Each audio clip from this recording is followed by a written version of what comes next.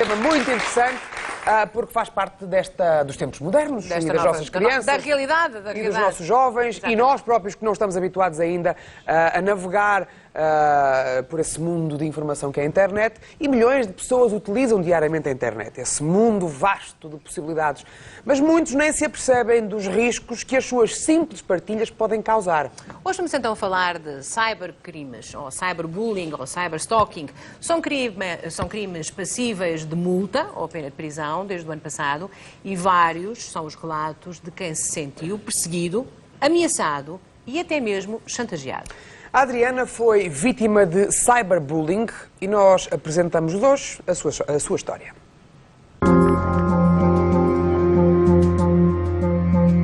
Esta jovem chama-se Adriana Rodrigues. Há 4 anos encheu-se de coragem e pôs um vídeo no YouTube onde denunciava ter sido vítima de bullying.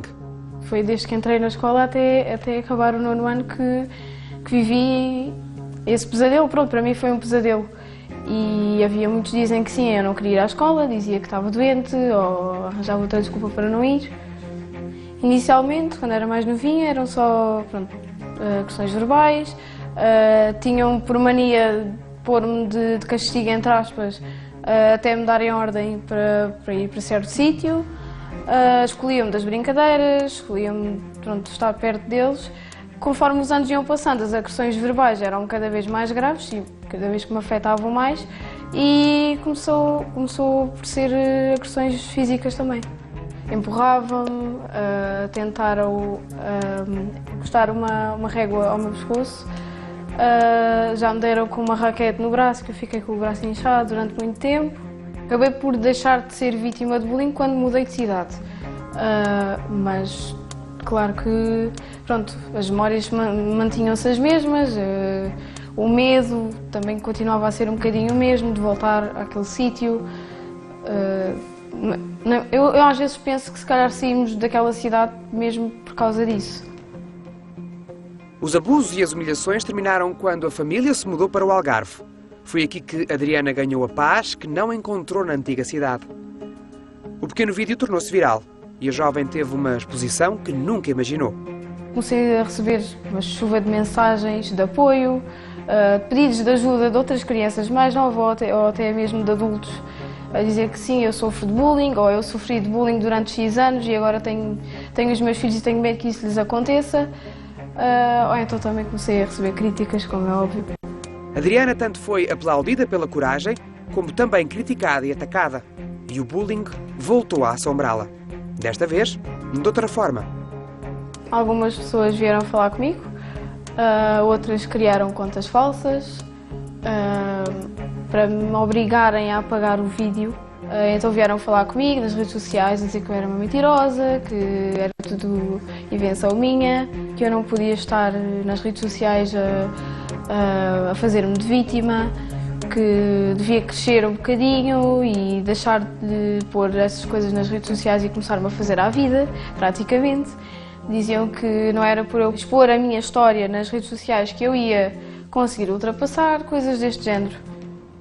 Ser vítima de bullying ou cyberbullying, qualquer tipo de bullying que seja, é grave só por si.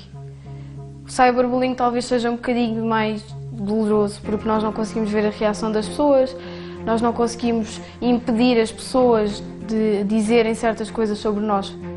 E é mais complicado de viver uma situação de cyberbullying do que bullying em que nós conseguimos intervir no momento e tudo acaba. No cyberbullying, não.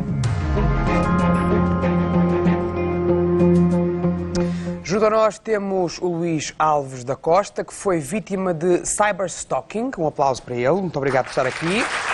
Ao lado temos o Tito de Moraes, coautor deste livro que eu tenho aqui, Cyberbullying, e ao lado temos a nossa advogada Sofia Matos para nos fazer a contextualização legal deste tipo de crimes. Um aplauso para todos. Muito obrigado por estarem aqui hoje connosco.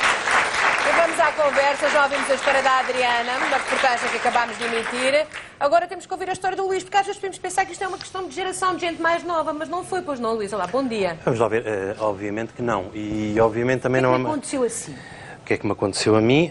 Quero a descrição geral da história? Quero que me diga o que é que lhe aconteceu. Portanto, foi perseguido, não é? Houve um Eu stalking. estou a ser perseguido. Ainda está a ser? Ainda estou a ser perseguido. Há 10 anos para cá... 10 anos?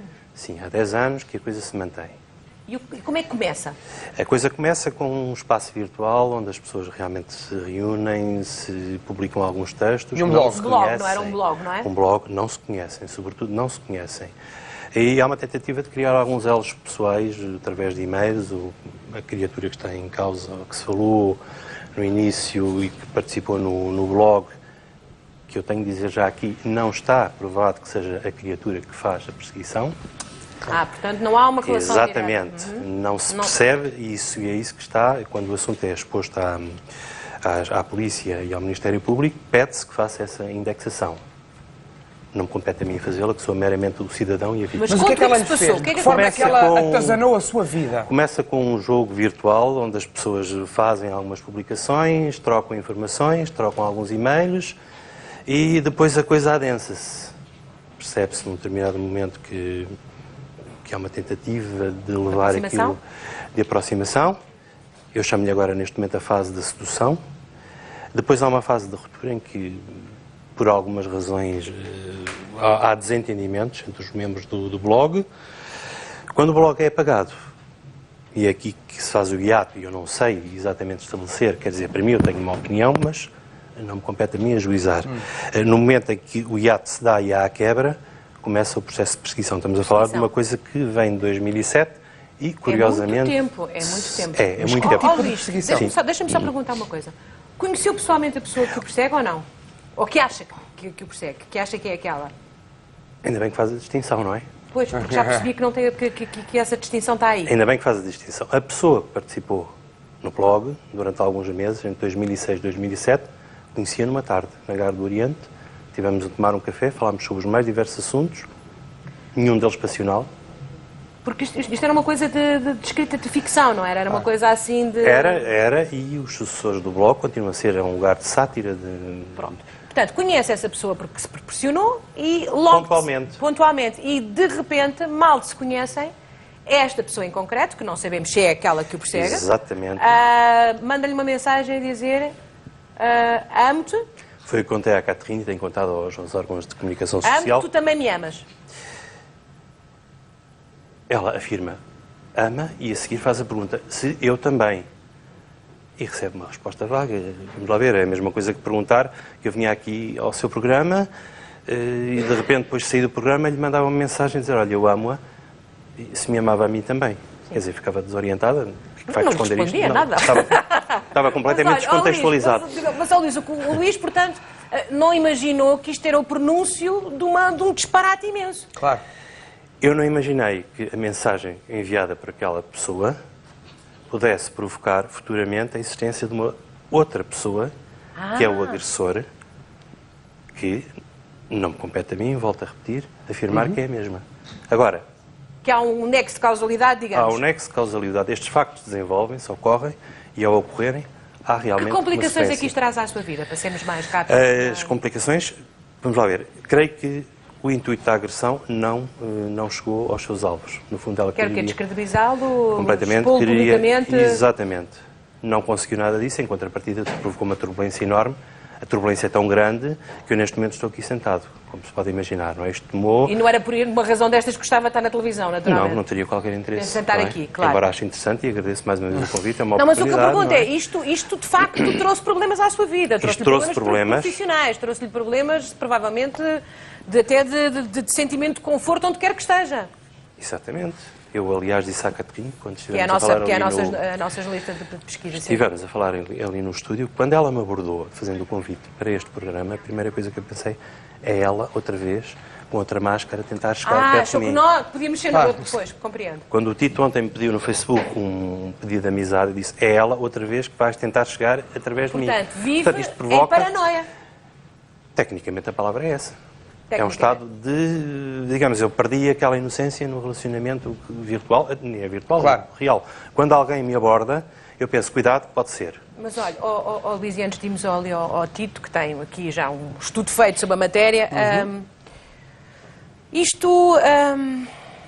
Isto transforma, de facto, a nossa ideia, a nossa percepção sobre a realidade e aquilo que há à nossa volta. Isto, Evidentemente. portanto, tudo o que continua a ser um utilizador das redes sociais, continua a fazer a sua vida por ali, ou isto para si foi uma espécie de vacina que o... Creio que uma das intenções dessa criatura era perturbar a minha paz nesses meios. Não conseguiu. Não conseguiu. Não. Há queixa na polícia, já vamos falar ali com a Sofia. Bom, vamos então... Se calhar agora falar aqui com o Tito, e se calhar começávamos por explicar às pessoas o que é isto então do cyberbullying e do cyberstalking. Perseguição. Stalking é a perseguição, não é? Que fenómeno é este? O cyberstalking é uma categoria dentro das 8 categorias que uma investigadora norte-americana definiu para comportamentos de cyberbullying. E o que são comportamentos de cyberbullying? São comportamentos contra uma determinada pessoa, são comportamentos hostis, não desejados e que se manifestam através das tecnologias, seja dos telemóveis, dos computadores, dos tablets, dos smartphones E normalmente e por aí no fora. anonimato absoluto, não é? Não sabemos quem é. Normalmente sim, mas nem sempre. Isso, e há bocadinho a Adriana na reportagem, referia sim. isso, que é um dos aspectos, por exemplo, que distingue muito do bullying presencial ou tradicional, Claro. Que é nem sempre nós vemos quem nos está a agredir, e isso cria uma sensação de insegurança muito grande. Que o Luís viveu? Exatamente, porque nós acabamos por não saber quem é que nos está a dirigir essas agressões e, por outro lado, também, como o agressor não vê o efeito imediato na pessoa, não há possibilidade de criar alguma empatia da pessoa, o agressor ver que está a causar dano, Claro. e isso poder eventualmente demover de continuar a agressão. Ou já escreveu com um grupo de investigadores, Dois colegas. as suas colegas, este manual, digamos assim, é porque isto já é muito frequente. Sim. Ou seja, aquilo que a Adriana e o Luís contam na primeira pessoa está disseminado, ou seja, há de facto gente que anda nas redes sociais e noutras plataformas a incomodar os outros e a intimidar, a perseguir e a cometer crimes, no Sim. fundo, porque isto são crimes. Alguns dos comportamentos configuram crimes. Grande parte deles, e às vezes a tendência, por exemplo, em termos internacionais, é de se criar legislação específica para o cyberbullying. A análise que nós fizemos é que a generalidade dos comportamentos já estão previstos no Código Penal e também Vamos já à no... Sofia, porque Pronto, vamos já falar dar à sobre Sofia Matos, a isso. nossa jurista, porque o Luís ainda assim não conseguiu resolver o problema dele. Então, quem é perseguido ou difamado, que foi o que aconteceu com a Adriana, no caso da Adriana, até pelo juiz, ela até sabia quem é que estava a difamá-la,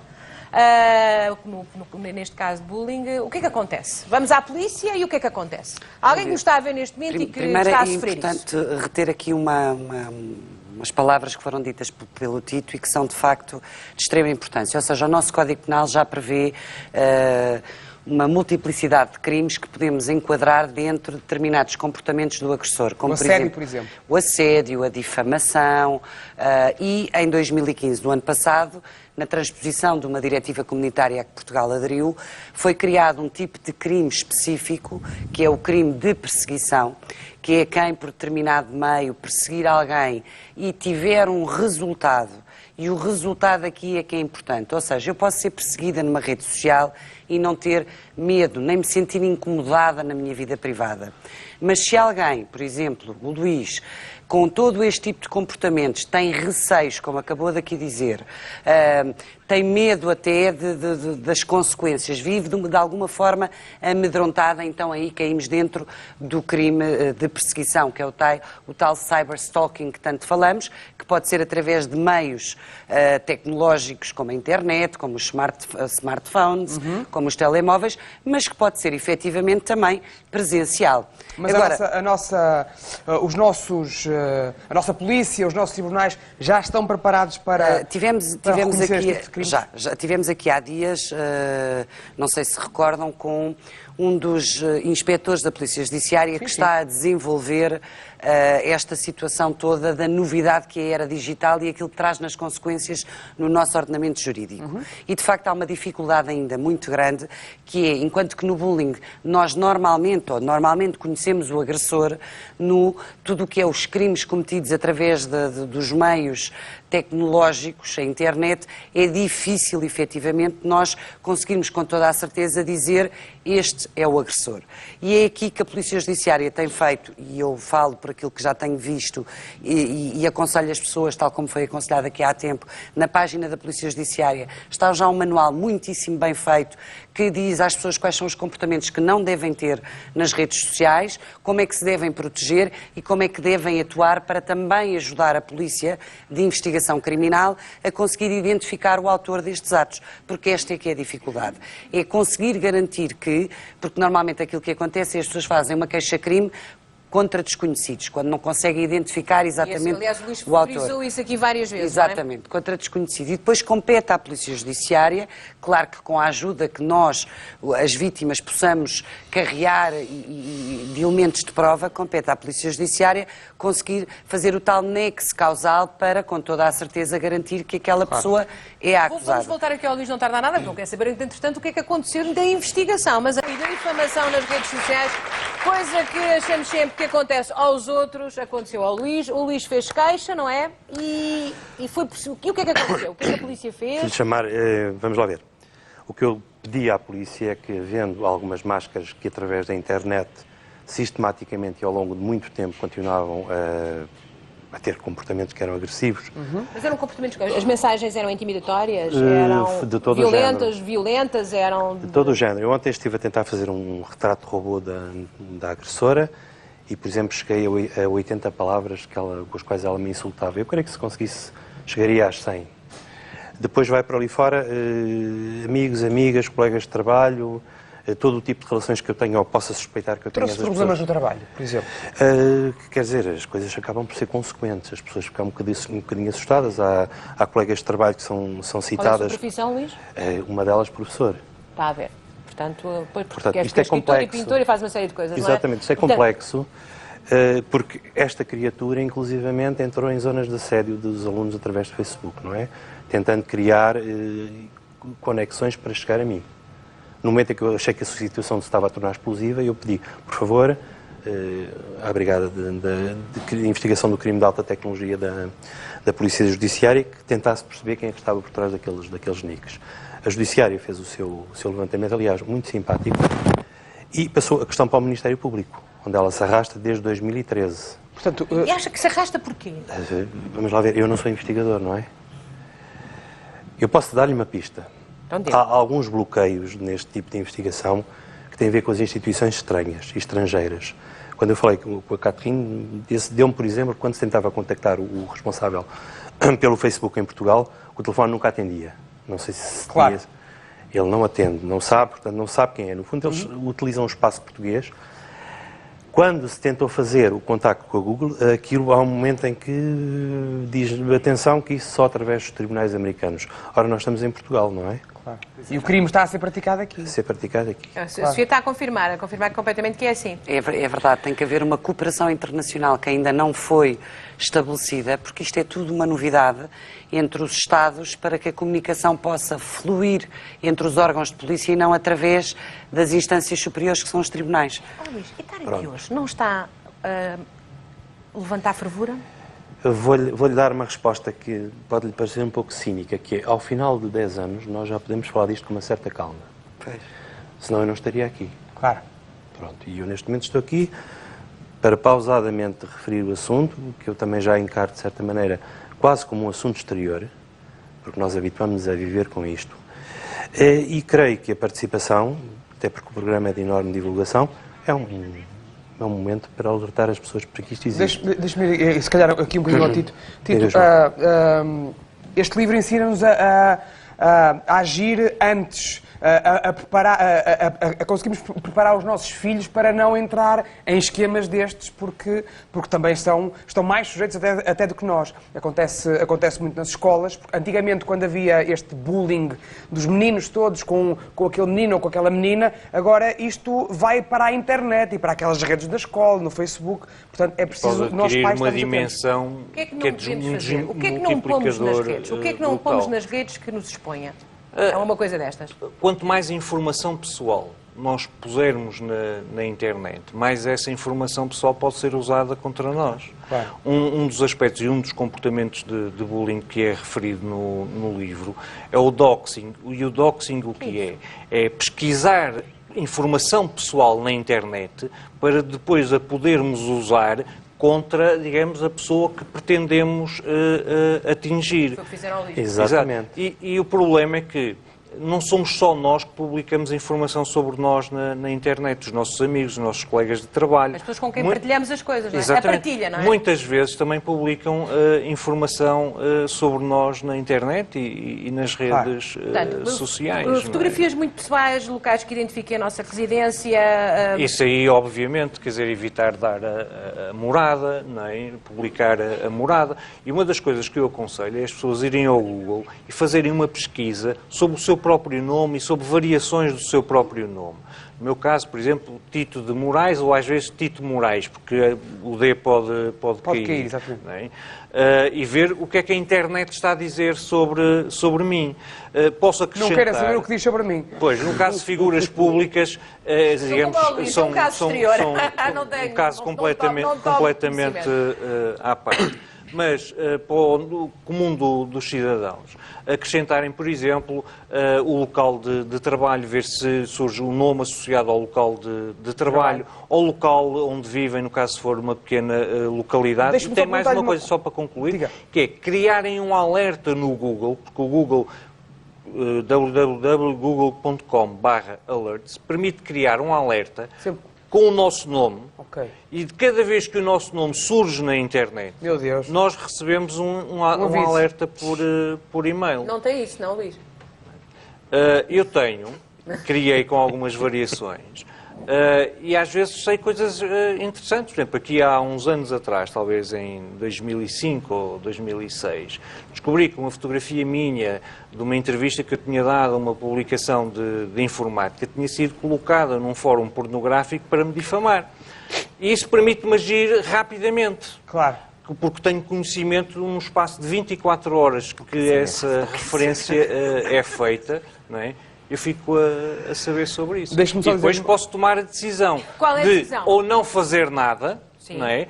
Ou agir criminalmente, apresentar queixa à polícia. Deixa-me só dizer uma coisa, porque eu Sendo acho que que é não muito acontece importante. grande coisa depois, não é? Porque há uma série... Júlia, deixa-me só dizer uma coisa, porque tem a ver com isto que o Tito estava a dizer. Que julgo que nós falamos na altura, quando estava aqui a doutora Sofia, que é, há muitas pessoas que tiram fotografias, quando vão viajar, Sim. tiram fotografias ao seu bilhete eletrónico. Exatamente. Porque vamos viajar, porque é fixe. E já têm toda a gente acontecido sabe para onde nós problemas e vamos. depois não conseguem embarcar. Aquele código de barras Tem muita identificação. tem a nossa informação toda, o nosso passaporte, onde nós moramos, o nosso número de cartão de crédito, tem tudo ali. Isso E as depois- pessoas põem a fotografia daquilo a pensar que não acontece nada. E já seja, não- chegaram a embarcar com fotografias. Dias dos Atenção a de isto. cartões de embarque de outras pessoas. Desculpa Bom, interromper-te, Julia. Não, vamos terminar. Eu queria terminar com o Luís, porque o Luís é aqui hoje a nossa bandeira e falar disto publicamente não deve ser fácil. E, portanto, temos que lhe agradecer isso e saber como é que vive agora. Portanto, continua a ter a sua vida virtual, a continuar a publicar as suas coisas, mas eu imagino que tem de vez em quando uns pesadelos, ou não? E quando encontra alguém na rua que olha para si de alguma maneira que não é normal olhar, se calhar pensa, estou em presença de, ou não? Também. Olha, o último pesadelo que tive foi quando pediram para organizar um pouco o discurso. E quando eu estive a rever os comentários e a agressão deste longo tempo, eu não consegui dormir. Porque aquelas palavras são pesadas e violentas. As imagens, aliás, convido as pessoas que queiram ver a visitar o blog, o Cyberstalking em Portugal. Faz uma recolha fotográfica das coisas que estão lá. O que é que me preocupa neste momento? Disse que a polícia e o Ministério Público eram, de certa maneira, inoperacionais. Não é a minha ideia. Eu creio que as coisas estão num tempo de impasse e que irão avançar e passar por outro... Vai-se livrar dessa pessoa? Acha que se vai livrar dela? Eu diria que não me compete neste momento a mim. Não é? Enquanto cidadão já lancei os alertas todos, já pedi ajuda às instituições. Creio que agora competirá às instituições agirem e provarem que estamos a viver num Estado de Direito. Caso contrário, não estamos. Isto é uma prova evidente que alguém está impunemente durante 10 anos a praticar uma série de crimes e que não há uma ação direta em que se possa dizer, olha, é fulano tal ou fulano tal. A minha preocupação neste momento, e estive a discutir até com o Tito por causa da área específica dele, é que em alguns dos comentários nos últimos nós estamos a falar de uma agressora que diz que tem um filho menor e com o qual tem enormes fantasias sexuais, não é? Que incluem a Virgem Maria, o Cristo na cruz.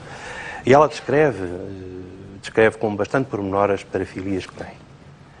E eu creio que isto é uma situação de menor em risco. Portanto, já volto a dizer, nem que não seja por mim, porque porque, enfim, já estou a viver a situação de um certo modo literário, nós podemos estar perante uma situação de um menor em risco, porque este agressor convive diariamente com uma criança que é menor e com a qual afirma publicamente, publica em muitos sites da net, tem fantasias sexuais e descreve-as.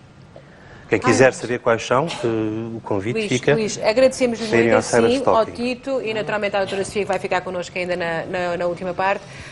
As suas palavras foram muito esclarecedoras. Mais uma vez, agradecemos-lhe ter estado aqui, porque às vezes achamos sempre que isto é uma coisa mais da miudagem. Mas e não é. Não é, como veem. Aliás, não é a primeira vez também que se fala. Já uma outra figura pública já falou muito também, o António Manuel Ribeiro dos UHF, teve problemas tremendos, que eu nem sei se estão resolvidos, mas que também assumiu publicamente que isto pode ter proporções terríveis e acaba de nos dar aqui um outro espelho dos muitos espelhos, essa alerta que fez agora para a possibilidade de haver um menor a risco. De qualquer das maneiras...